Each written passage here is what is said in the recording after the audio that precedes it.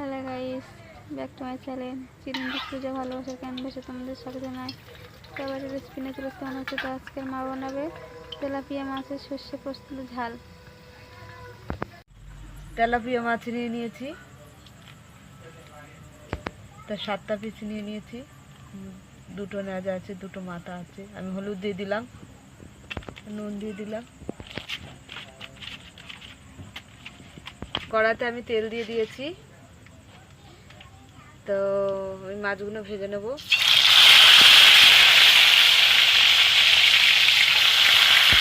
ভাজা হয়ে গেছে, আমি তুলে নিচ্ছি।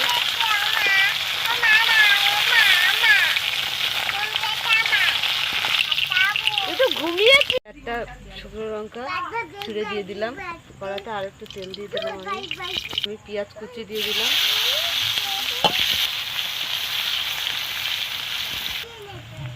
এখানে 1 চামচ আমি আদা রসুন বাটা দিয়ে দিলাম। নুন দিয়ে দিলাম, হলুদ দিয়ে দিলাম, লাল গুঁড়ো লঙ্কা দিয়ে দিলাম,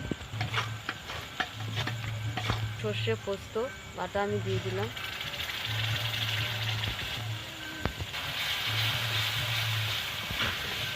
তা একটু কষিয়ে নেবো আমি। তো আমি জল দিয়ে দিলাম।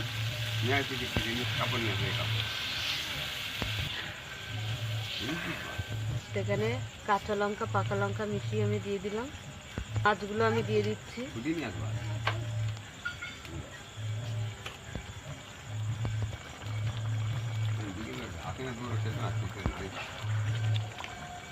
ভালো করে নাড়িয়ে নিলাম আমি।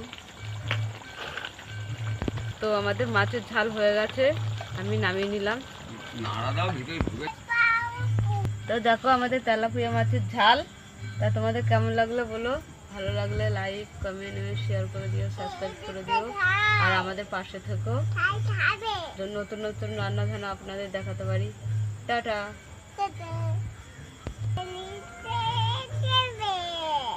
আমাদের ভিডিওটা যদি ভালো লেগে থাকে লাইক